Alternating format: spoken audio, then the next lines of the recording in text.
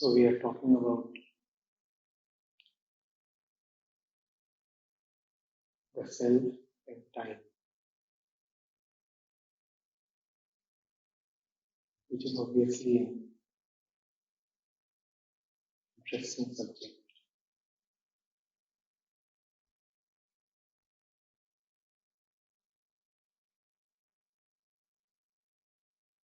Isn't it amazing how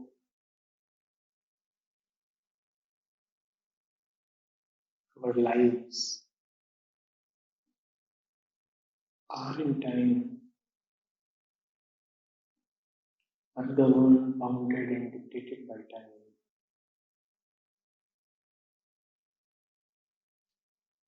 Time seems to be the very stuff of living. So much so that we take it as a given, as a reality, even as a truth.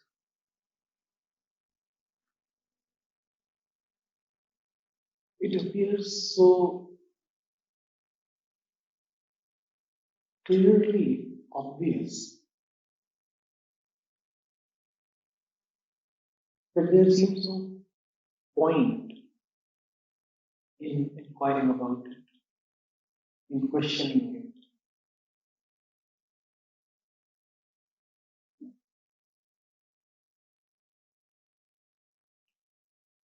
Even in education,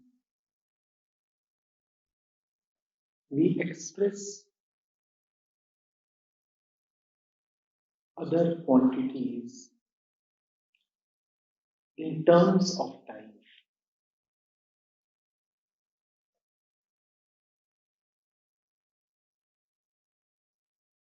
Be it power, force, distance, movement.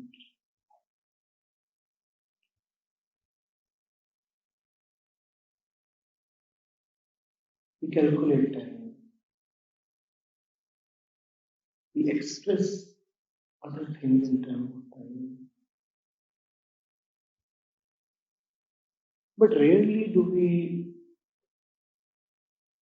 ask, what is time? We do ask, what is the time? But rarely do we ask, what is time?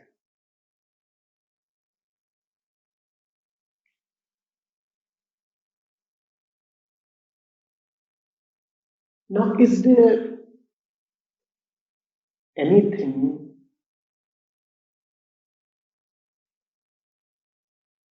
that the mind does which is independent of time?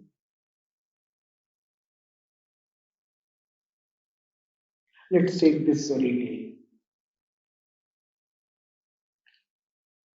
Beginning today morning. Look at all that the mind has done, subtly, closely, in terms of instincts, thoughts, and actions. Is there anything which is short of time? Is there anything that could have happened without time? Is there anything that you have conceived which does not depend on time? Is there any movement of the mind which cannot be expressed in terms of time?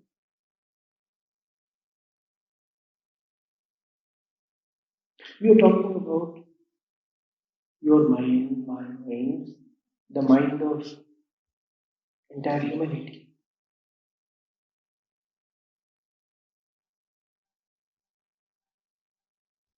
Let me state the question again.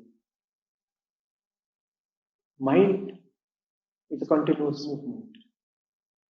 My question is there anything in this movement which is untouched by time. Is there anything in this movement which can happen without time? You think of something. Is the thought not in time? All thought is either of the past or of the future. It is either a memory or an imagination. Any ideation or conceptualization is always about objects.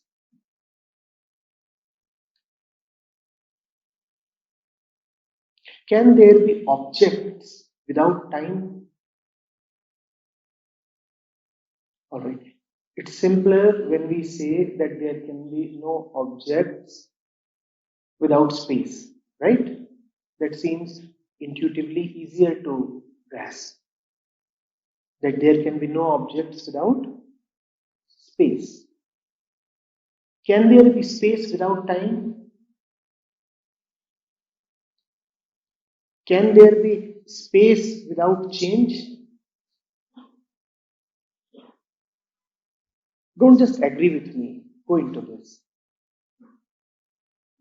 Can there be space without change? Yes? Is it possible to have space without change?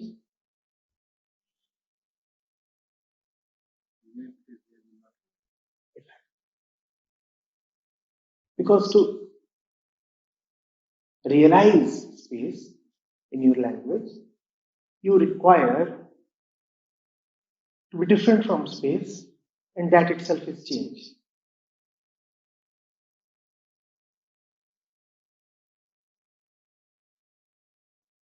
If nothing changes at all, would there be time? I ask you again. Nothing changes at all, would there be time? And nothing includes thoughts. Nothing is not just gross material. Nothing includes thoughts. So if there is no movement in the mind, is there time? So all movement is time. All activity of the mind is time. Please understand this. It's mathematical to an extent. And mathematics is beautiful. Everything that happens in the brain can be expressed as a function of time. In fact, if you remove the time variable, it will be impossible to capture the activity of the mind and the brain, which these two we are using here interchangeably.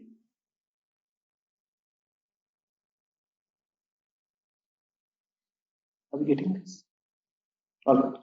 So, this mind, which is limited by time, this limitation,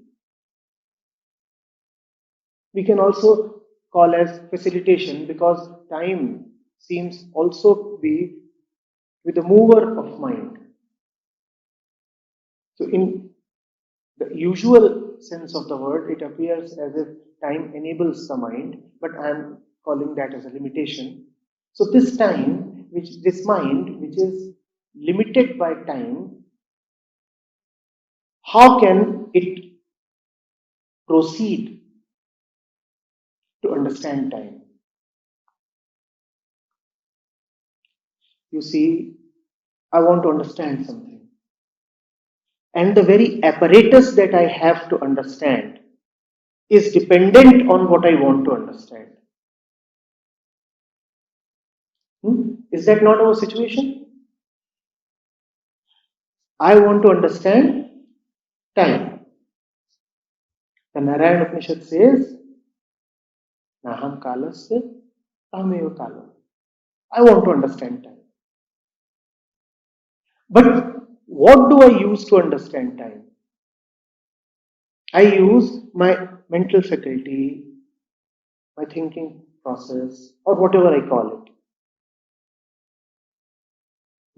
analytical prowess, my intellectual capacities. I use them to understand what is time.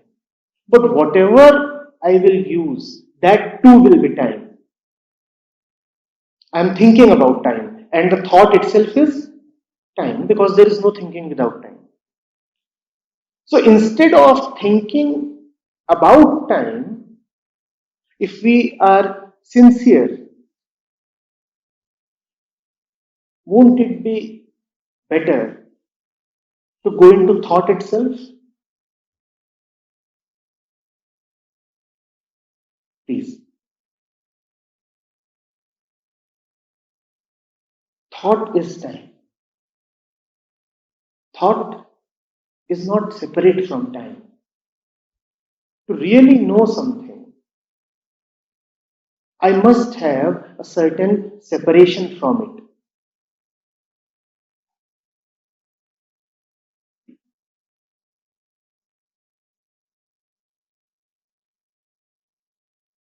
Is it not better to go into the mind itself, the process of thinking itself?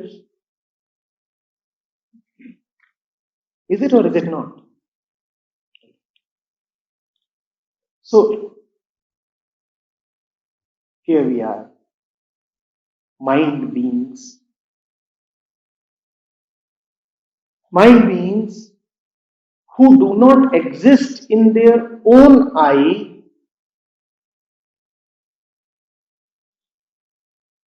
when they are deeply asleep,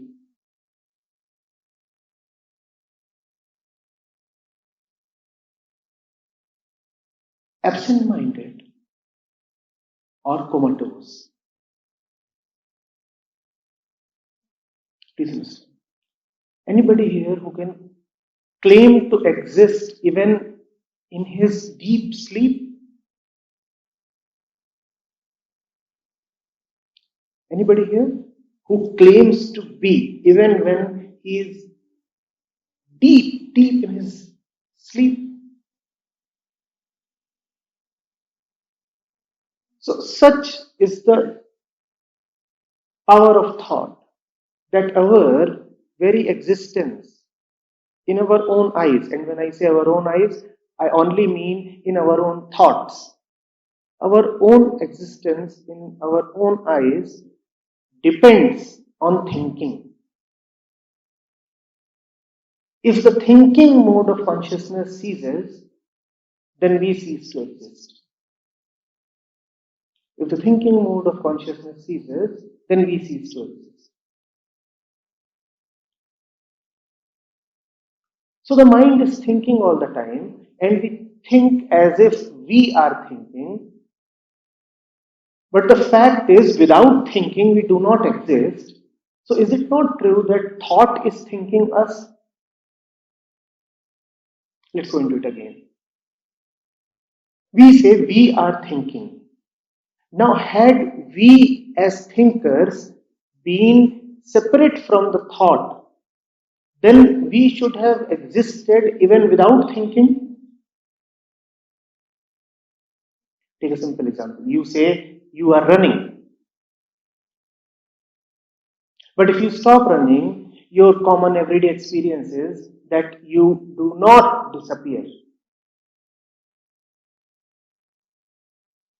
You say you are running. But if you stop running, you still find that you are grossly, materially. You do not disappear. But does the same thing apply to thinking? Do you exist even without thinking? With thought gone, where are you? With the cessation of mental activity, where are you? So you do not think. You do not think. Thought builds you up. Thought raises you up. Thought thinks you. You do not think. Nobody thinks. It is a fallacy of language to say, I am thinking. For there is no thinker really separate from the thought.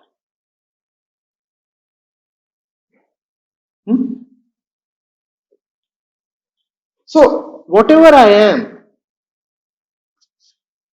is happening in the mind. That is our situation. Whatever I am is happening in the mind. No such happening, no me.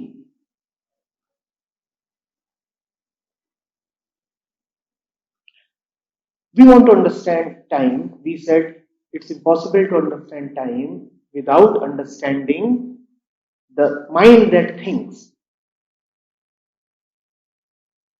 Time really cannot be objectified. So we are going into the whole thing about thinking. So there is this mind which is always thinking, and as a result of thinking, we cannot even call it a result because it is happening along with the thinking.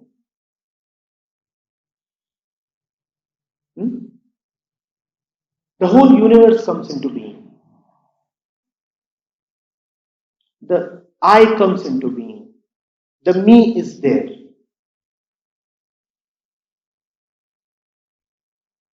What do we think of?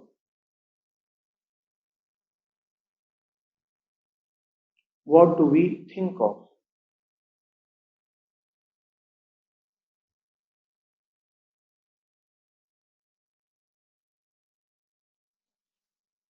We are here, you and me. If you're really listening, can you think about what I'm saying? We are going into the question of the content of thought. If you are really listening, can you think about what I'm saying?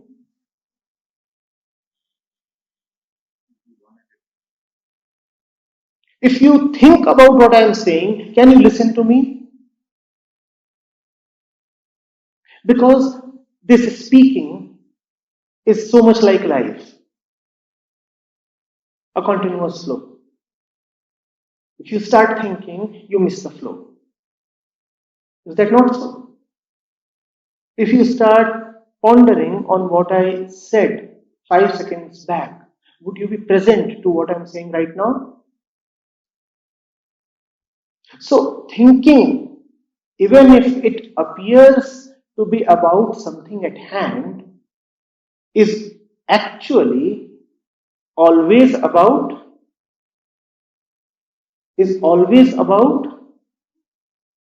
yes, the past or the future. Thinking itself is dependent on time and raises time, creates time. So what then appears to be the whole business of movement of mind? The whole business of movement of mind is to generate time.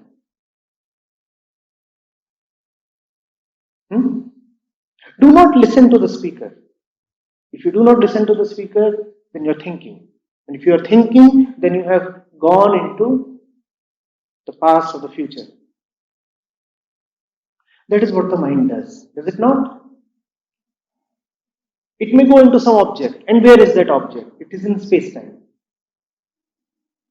It is wondering about something. And it always wonders, remember, about something. That about is an object. That something is an object. So it has gone here and there. So whenever there would be mental activity, that mental activity would pertain to time. And remember that time is never now.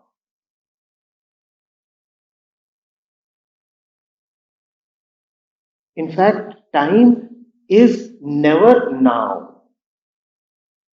Take this statement. Time is never now. Because time is always a little behind or a little ahead. Is that not so? So, time is never now. All right. Now, what is real? What is happening? Is that now,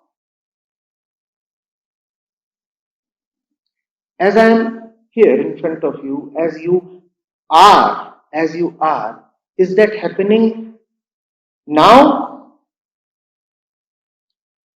or is that too in the future? It is happening now. So, the truth is now. The truth is now.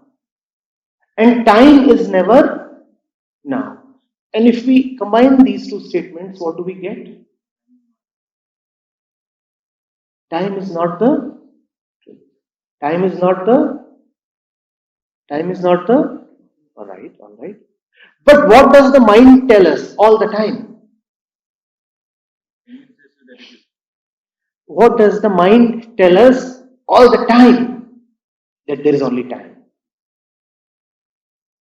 Can the mind tell you anything which does not involve time? I'm going back to the question that I've repeated 5 times today. So the mind keeps telling you that time is the mind keeps telling you that time is the mind may tell you anything. It could be talking about the tree, it could be talking about the traffic, it could be talking about your parents, your family, your career. But whatever the mind is talking, the essence of that object is always time. So the mind says A, and A is a function of time. Alright? The mind is in different mood. So the mind says B, and B too is a function of. So the mind is very interested in maintaining time. The mind would collapse the moment time ceases. But we have been brought to something interesting, that time is never the present. The present means that which is, and time in that sense never really is.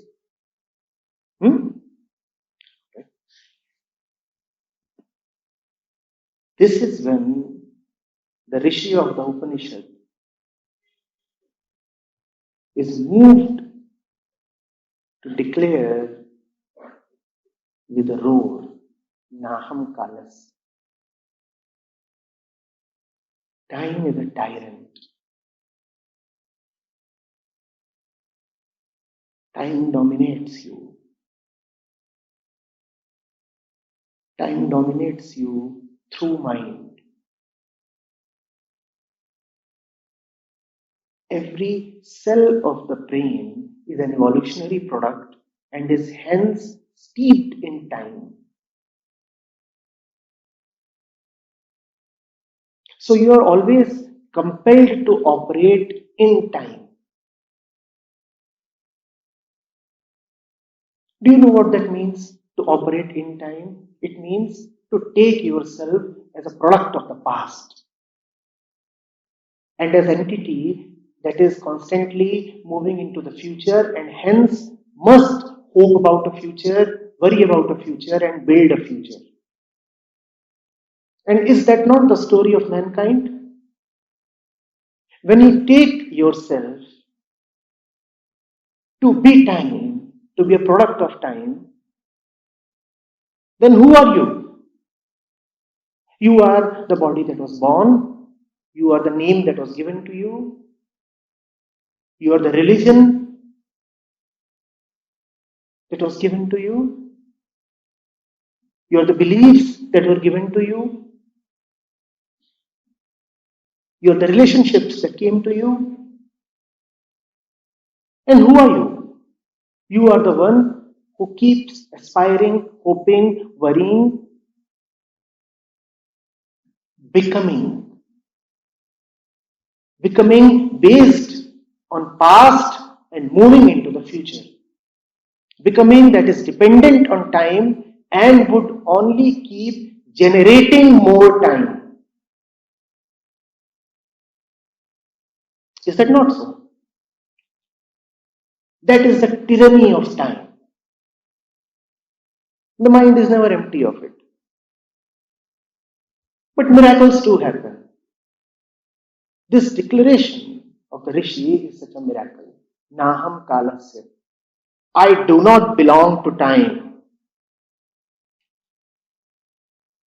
I do not belong to time. That unfortunately is not the story of most of us. Most of us take ourselves to be belonging to time, don't we? If I ask you, tell me something about yourself.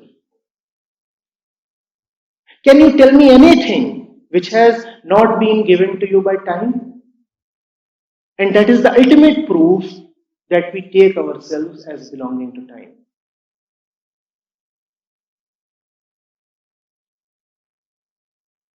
Go into this question. It is about your own life.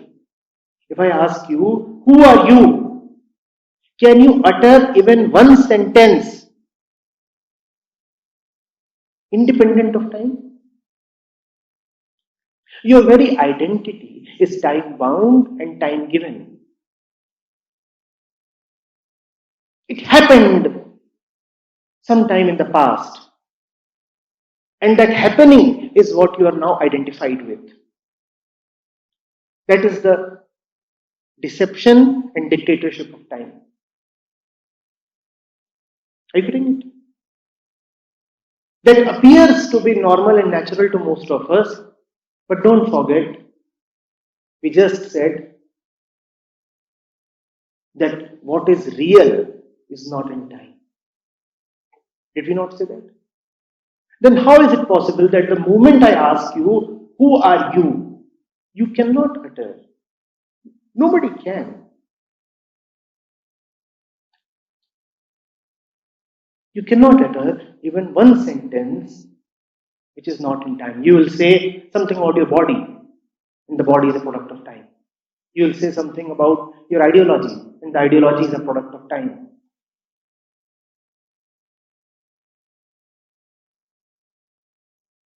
You will say something about religion. You will say something that is coming from your knowledge. And is there knowledge without time?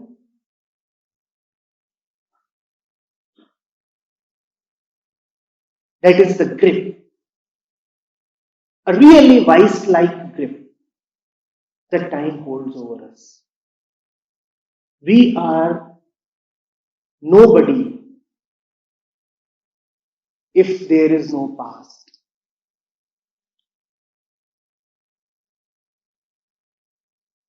And is that not pitiable? Past is memory. If by some incidents that memory is deleted, we would actually cease to exist in our own eyes. Because whatever we are, our own self-definition is so very dependent on the past. You say you love somebody. And is that love anything in absence of memory? And is it not amusing that with memory wiped out, the love too would be wiped out? Is such a love real, which depends on memory, on knowledge?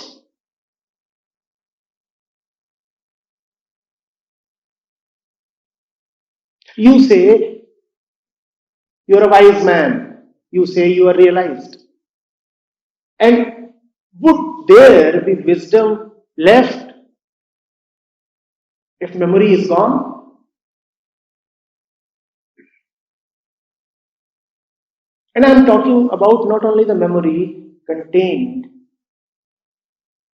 in the brain, but also about the memory that is present in every cell of the body. So I'm talking about physical conditioning as well. With all that gone, would your wisdom, realization, or even enlightenment remain? So is that not pathetic? That what seems to be so dear to us, what seems to be the very essence of living, love, realization, even they are so very dependent on past identification and time. The Rishi does not like this at all. It is humiliating. He says, Naham kalasya. It cannot be so that I allow my love to become a hostage of something as fickle, impermanent, and deceptive as time. Naham kalasya. This is a statement of denial. And when it comes to bondage, to the bonded entity, to the one who is in chains, freedom always begins with a denial. Freedom always begins with a rebellion. A rebellion against your present situation. If you do not see most people rebelling, it is because they do not understand their present situation. It is impossible to really know how you are shackled and yet not to rebel. Anybody who comes to see the mess that he is in is bound to act. That action is a rebellion. The Rishi rebels. He says, Naham kalasya. In these two words, the Rishi has negated and distanced himself from the entire flow of mankind, from all history and evolution, and from all becoming. He says, Naham kalasya. Sorry, no past for me, and no future either. He is not yet saying whether there is a substitute. He is not yet coming up with a positive affirmation. He is just saying what he is not. He is not asserting what he is. And it is not really very important to assert what you are. What is far more important is to say what you are not. Why? Because you already are so much. And what you are is not very alright. Must I say that? No, I do not need to say that. That it is not alright is evidenced by all your movements, by all your efforts. Are we not always wanting to change? Are we not always striving to reach somewhere?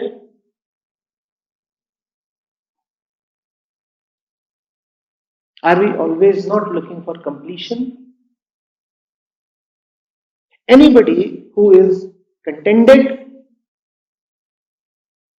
anybody who is prepared to say full stop, I'm relaxing.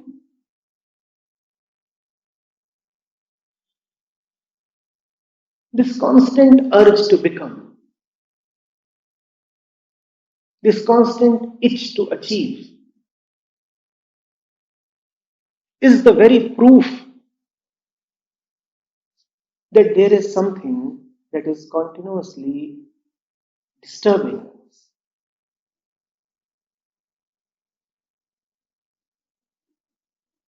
eating us out,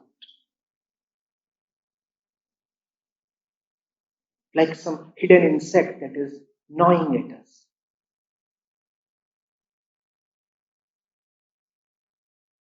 Yes, of course, we have decorated our situation by giving it fancy names. When somebody is afraid, terrified, and searching for security, and is searching for an identification, a being, a self in others' eyes, we call it ambition.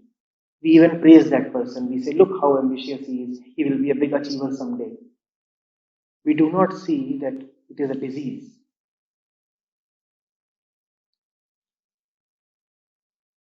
We have started celebrating our diseases, our restlessness. Nevertheless, the restlessness is there, always there.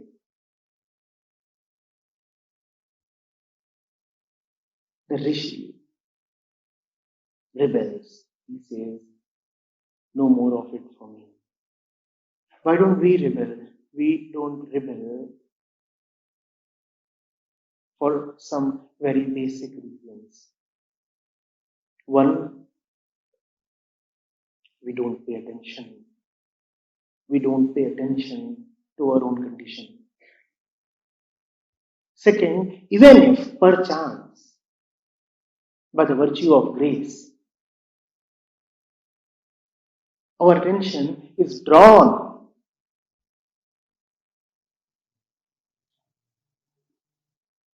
to the peculiarities of our condition,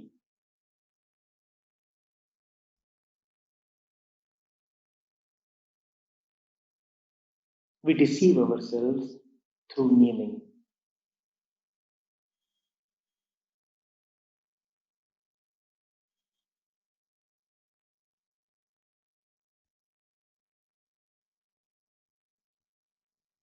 A man is suffering out of his conditioning. We say he is fulfilling his duty. Another man is suffering. We say, oh, he is just receiving the results of his past actions, karma.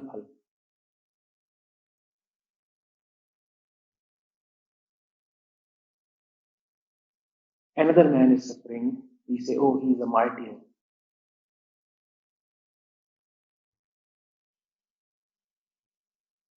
Another one is suffering. We say, oh, it has to be like this.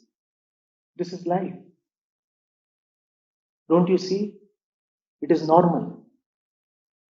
It is happening with everybody. Why do you expect to be an exception?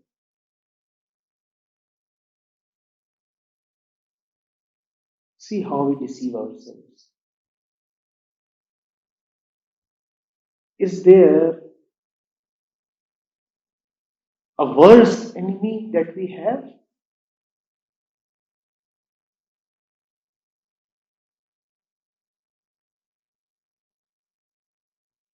But the Rishi would have none of this. He says, I'm opting out. Once he too was like the rest of us. Same flesh, same blood, same birth.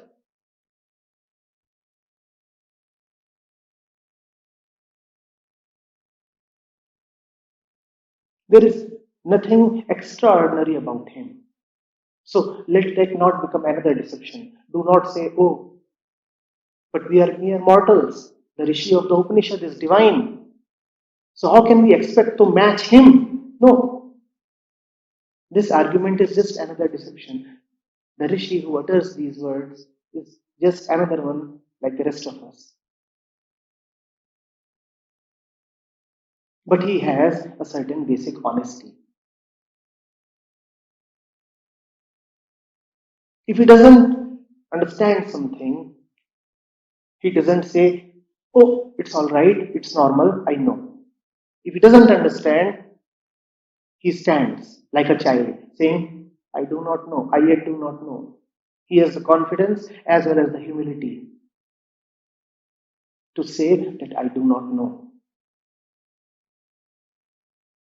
Do we really know anything?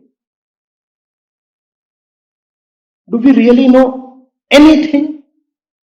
But look at the audacity and the stupidity with which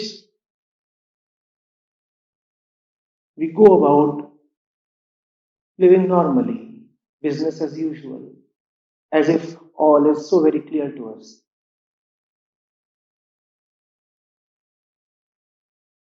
Do we know even a blade of grass? Do you know the sky? Do you know these sounds that are coming to you? Do you know yourself? But you keep on living. Not only do you keep on living, you also keep on making the so-called important decisions. Without knowing, we keep on deciding. Without knowing, we keep on acting. Without knowing, we keep on living.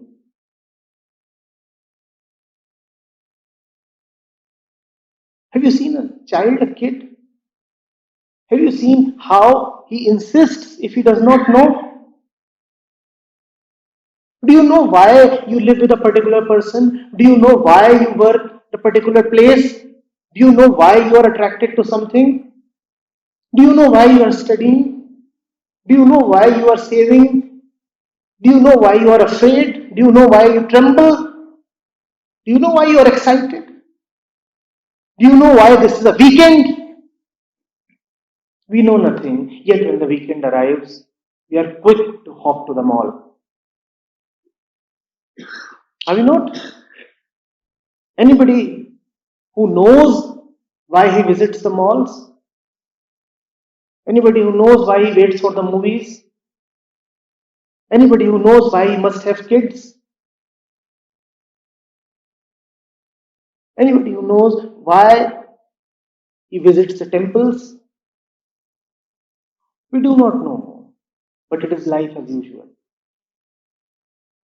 Another day in the office.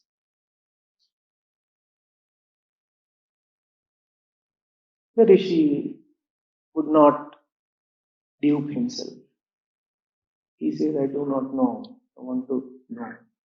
The moment you say, I do not know, knowing descends.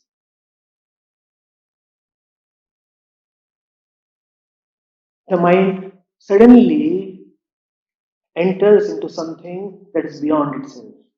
But for that, first of all, you have to humbly admit, I do not know. Even if it pains you a lot, even if it hurts your notions a lot.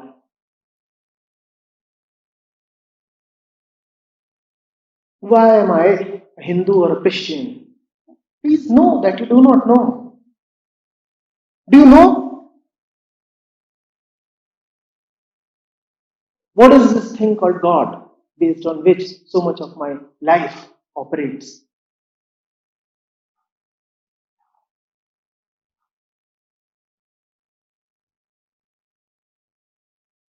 What am I seeking? How am I a wife or a husband? What does that mean? What brought me here?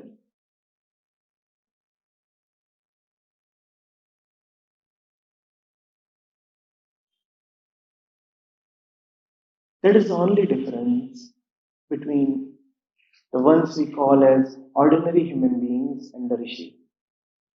He too has an ordinary life, but he wants to really know his ordinary life.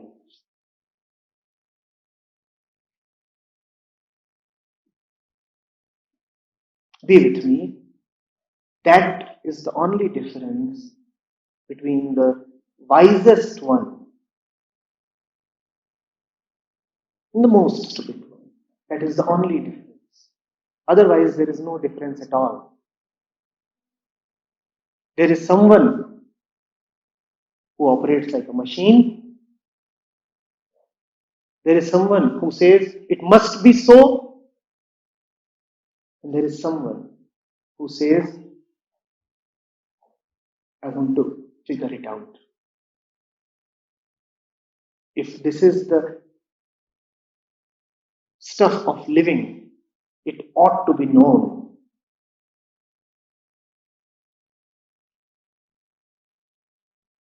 So the Rishi rebels. What does he rebel against? He rebels against the collective stupidity of entire mankind. The ignorance of one man is the ignorance of all. There is no mistake that you commit which has not been committed by somebody else earlier. There is no mistake that you commit that has not been committed by you earlier. The mind of one is the mind of all. So when the Rishi is rebelling against his personal bondage, he is actually rebelling against the bondage of entire mankind. And that is how he is useful to all of us. Because our bondages are the same. Hence, when one man rebels against his bondages, that is a rebellion against that which shackles the entire mankind's consciousness.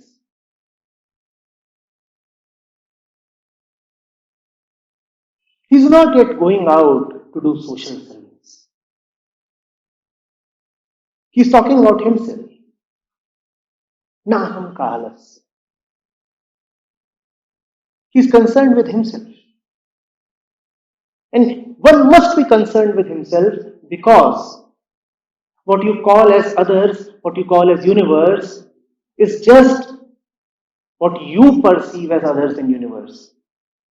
So before others and the universe comes, you are there already. Without you, there is no other. And there is no universe. So how can you jump into helping the universe without first looking into the fact and the content of this me? The me is the only rightful subject of inquiry. It is the only honest subject to go into. And if you come across a man who is studying about miscellaneous things,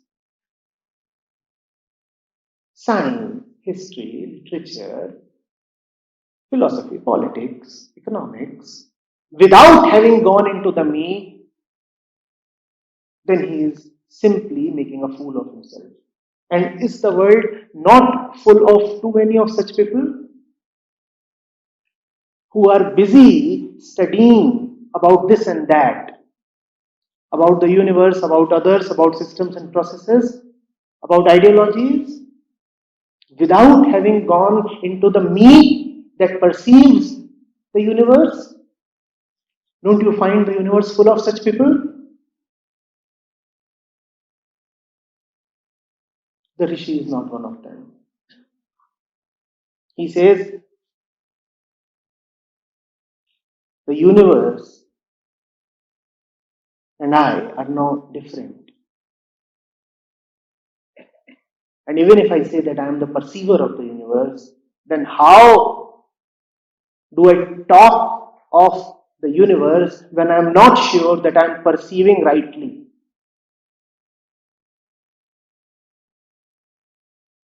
My vision is blurred and I am seeing fairies. Should I talk about the fairies or should I talk about my vision? But the world is too full of people who are busy writing papers and volumes and books and other intellectual stuff on theories. They neither have the humility nor the courage to turn inwards and look at themselves.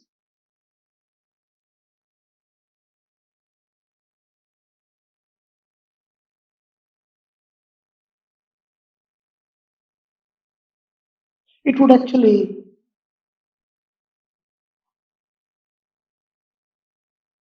be very apt if we just stop at this point. Naham kalasya. Nothing more needs to be said. A total negation, a total cleaning up is enough. It brings us to a clean emptiness. Nothing more is really required.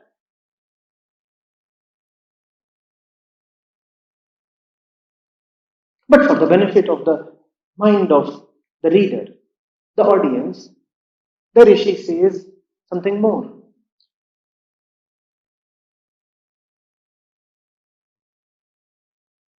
We will briefly take it. The Rishi says, Ahmev hi kalam. Ahmev kalam.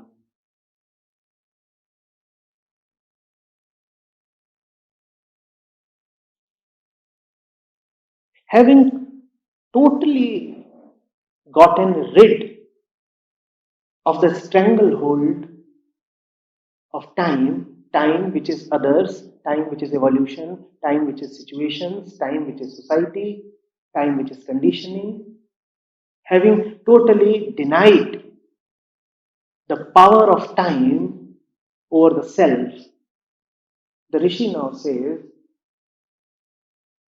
that time will have to be secondary to self. He says, yes, as far as the senses go, as far as the movement of mind goes, it cannot be denied that time is experienced. In fact, all experience is in time. He says, yes, that message is constantly coming to the mind that time exists, time exists.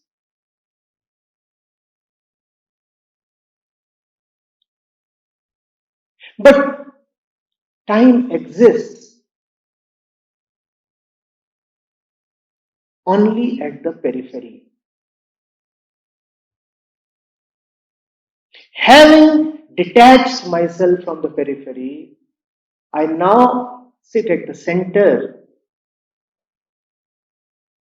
that rules the periphery, the center that owns the periphery, the center that gives birth to the periphery, the center that now has no reason to be afraid of the periphery. Ahmev kala. I am time.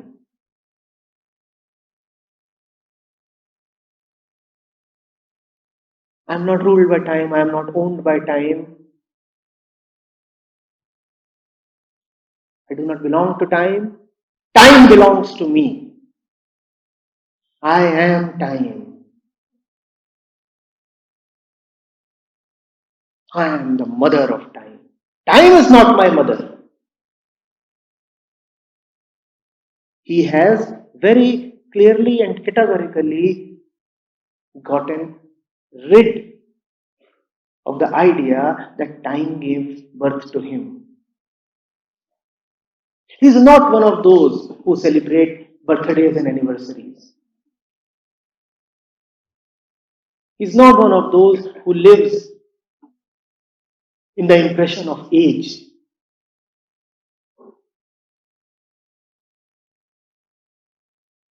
He is not one of those who hence identifies himself with his parents and consequently his religion, caste, economic status, nationality. and the rest of it. Time is not my mother, not my father. I was not given birth. When I am, then time is.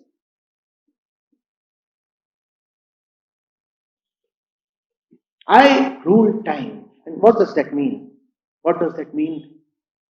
That I rule time. Ahmev kalam.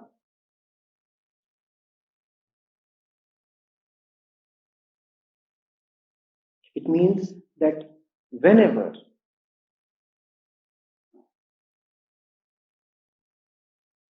there is activity of the mind, the activity is surrendered activity.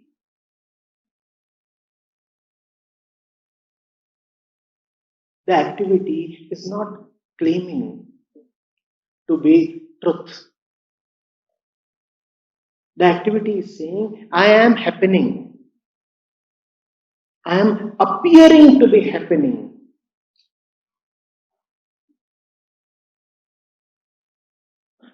But I know very well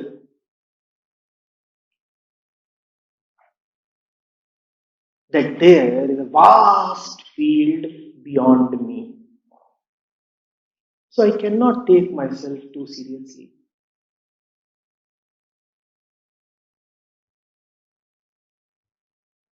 So I cannot really feel like a doer, feel too responsible.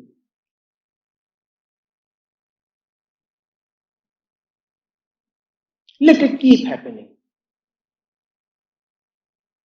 I will not move with the movement. Happening means movement, thought means movement, mind means movement. And I have now known my nature, and that nature is of non-movement. I will not move.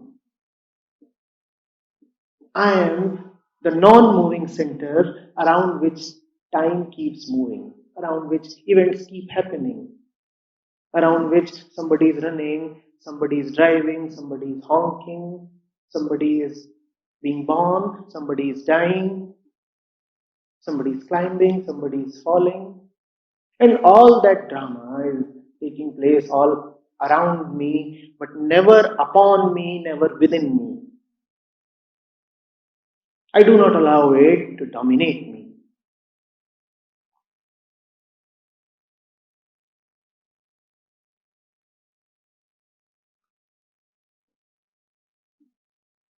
Ahamev kalam. Ahamev kalam.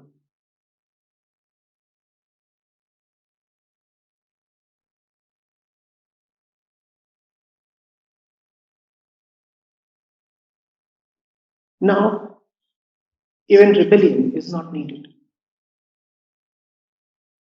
Now, time is not an enemy. Now, the time is time. Time is a faithful friend.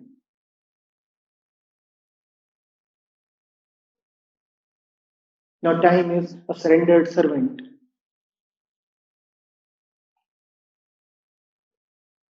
Now, time is a doting lover. You don't even need to deny it or negate it or rebel against it. Now, you can live peacefully. Now, you can actually live. And that brings us to something very beautiful. You know, the aim of all spirituality, as coming from the same Rishi of the Upanishad, is freedom from the fear of death. Freedom from death itself. A movement into non-death, a movement into immortality. A movement into complete fearlessness. And all fear is fundamentally the fear of elimination and hence the fear of death. When you are really living, that is when the fear of death is gone. How is the fear of death gone? The fear of death is gone with the concept of birth. Till the time you say that time is my mother, time will also be your assassin. The one who says that he is born will invariably have to die. The Rishi says, I am not the one who is born in time. Time is born out of me. If I take myself to be born out of time, then I'm allowing time to keep me afraid always. It will keep me afraid because I see dead bodies around me. All human movement, all human thought, all activity, all progress is actually nothing but an attempt to deny and defy death. Ask yourself, had we not been afraid, had we not taken ourselves to be mortal beings who have come to this earth only for a few years, would we have done all that we do? Ask yourself, had I not been thinking of death, would I still be living in the same way as I do?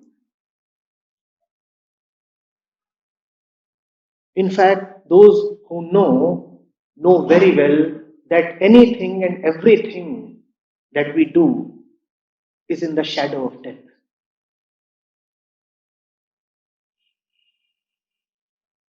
Not only are our lamentations in death, but even our celebrations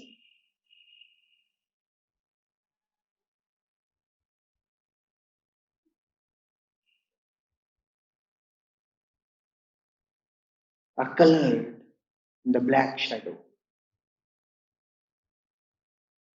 You may be laughing, but you very well know that death is lurking behind. And is that not the reason why the word Kal, which denotes time, also denotes death?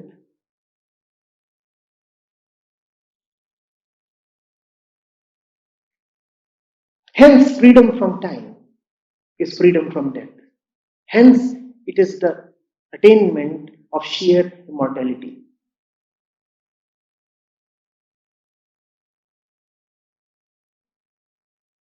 Immortality does not mean that you will continue to live for 1,000, 2,000, 10,000 years. It just means that your life is not being lived in fear. To live fearlessly is to be immortal. That is the only definition of immortality. To live fearlessly.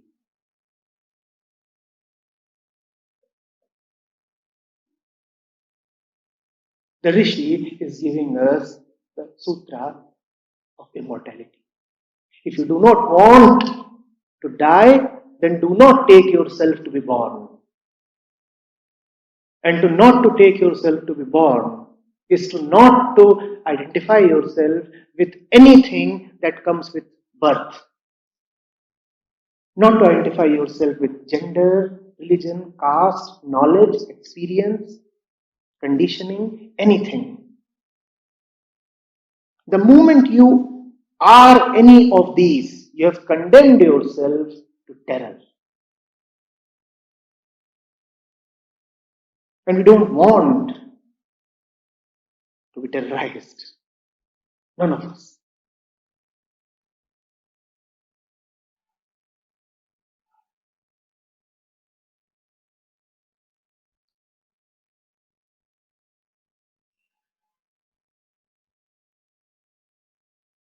I repeat. Anything and everything that is happening in time, which is by implication anything and everything that is happening in the mind, because that was one of the first things that we said. that nothing can happen in the mind without time. Anything and everything that is happening in the mind has to be seen just as a happening in the mind which is just full of imported happenings. It is not to be taken as truth. It is to be taken with a pinch of salt. And if that does not suffice, with a little pepper as well.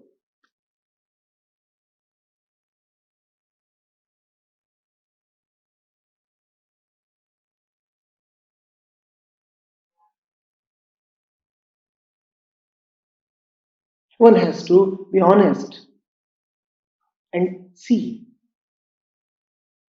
whether there is anything here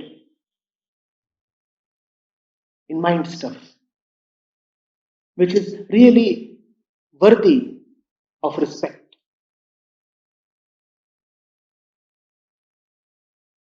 When you start seeing that there is nothing really worthy of respect here, then you drop your pretensions, then you drop your haughtiness.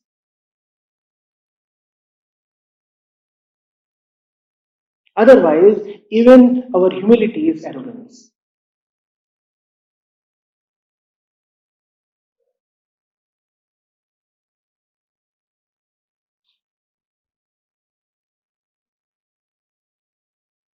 I now know it is just mental movement which is coming to me because of the machinery that I take myself to be. Let the mental movement be there. As long as it is known to be just mental movement, not the truth, not a compelling reality, just mental movement. What else? Just a mood swing.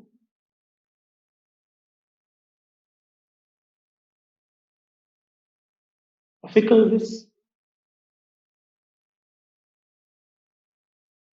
Nothing else. Dream stuff. Nothing else. So I can play with it.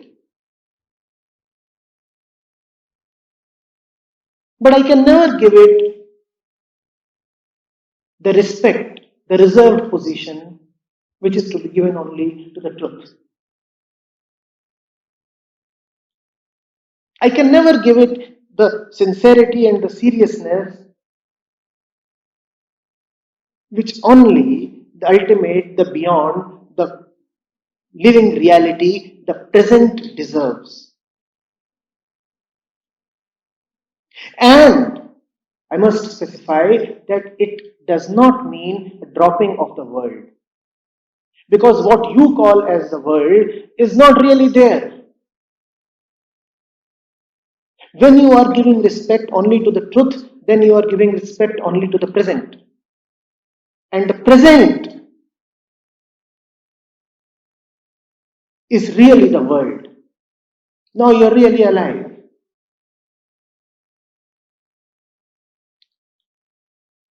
Now you are really responsive.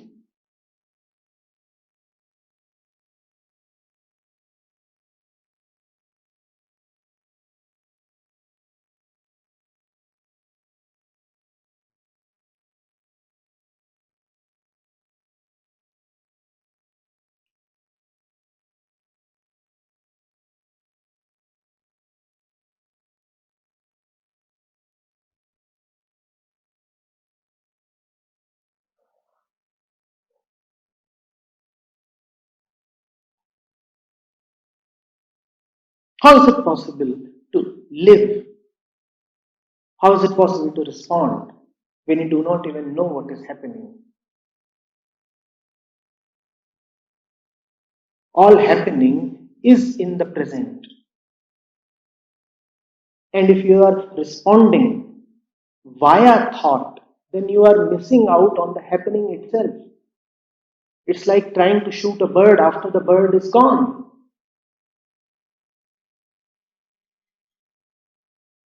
It's like trying to spot a cloud when the cloud is no more there.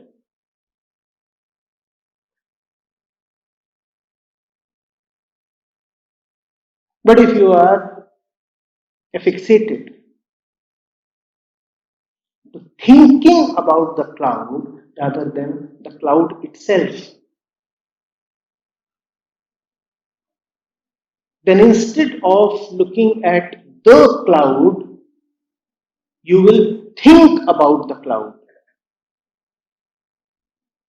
And hence you will miss the cloud, and hence you will miss the world.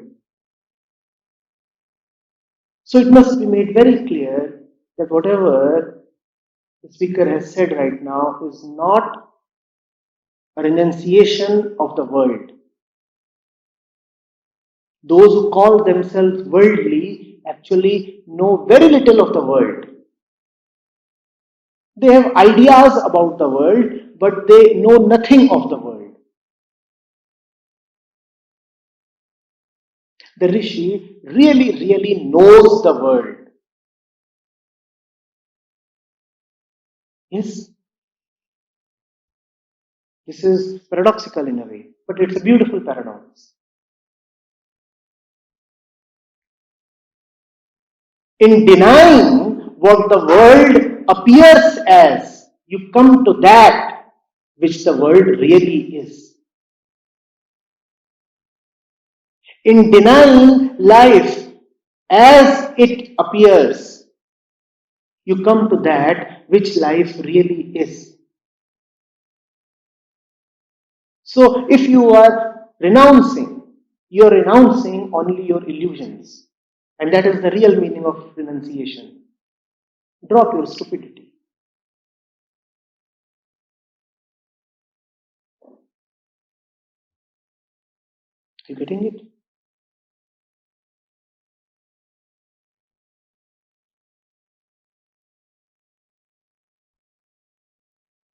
Drop your stupidity. Know things for what they really are. And if you want to know things, you will have to know the place where things appear, and that place is the mind. So know the mind. Know the mind. Having known mind, you have known thought, you have known time, you have known fear, and in knowing all these, you have gone beyond all these.